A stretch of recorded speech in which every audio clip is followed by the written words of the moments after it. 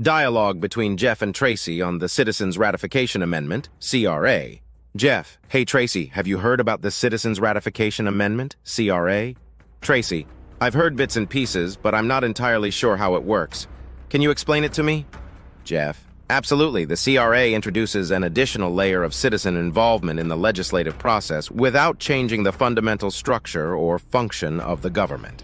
Essentially, the legislative, judicial, and executive branches would continue with their existing roles and responsibilities, like proposing, enacting, and enforcing laws. What changes is that citizens would have a direct say in the ratification or unratification of laws after they've been passed. Tracy, so citizens could actually approve or reject laws. That sounds interesting, but how would it help us right now? It seems like our current issue is enforcement. We have laws that aren't being enforced properly, like border and immigration laws. How would the CRA help with that? Jeff, that's a valid concern. The CRA aims to increase transparency and accountability in the legislative process. When laws need citizen approval to remain in effect, there's more pressure on the government to enforce them properly. If a particular law is not being enforced, citizens can unratify funding bills for the agencies responsible, effectively capturing their attention. Tracy. But what if even that doesn't work? We've seen instances where certain government actions like insider trading happen despite existing laws.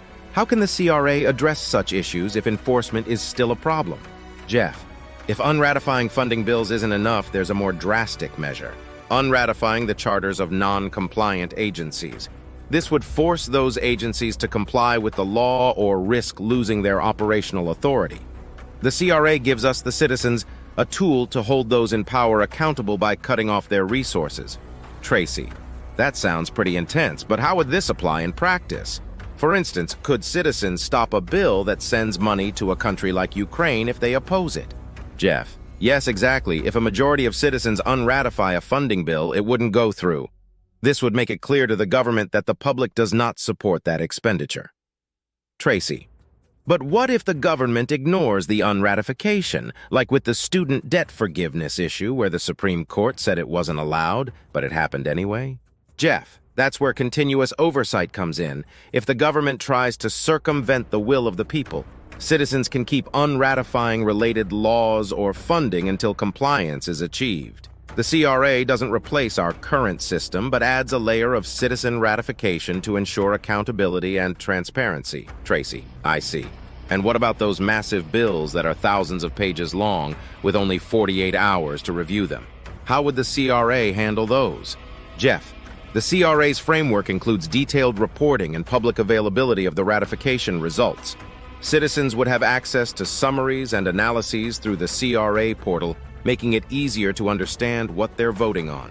Additionally, continuous feedback and engagement would ensure that citizens stay informed and involved. Tracy, that makes sense. It sounds like the CRA could really empower citizens to have more control over government actions. But how real is this idea? Jeff, the CRA is very real. Citizens Ratification Inc. has been established to continue promoting and implementing this vision. With over 40,000 supporters already, we're working to bring this directly to communities. It's about building a movement that ensures the government remains by and for the people. Tracy, thanks for explaining, Jeff. I think I understand better now.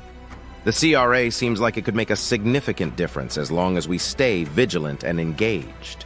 Jeff, exactly. It's about adding a dimension to the legislative process that ensures greater transparency and accountability. Together, we can make sure our government truly reflects the will of the people. Jeff, President CRI.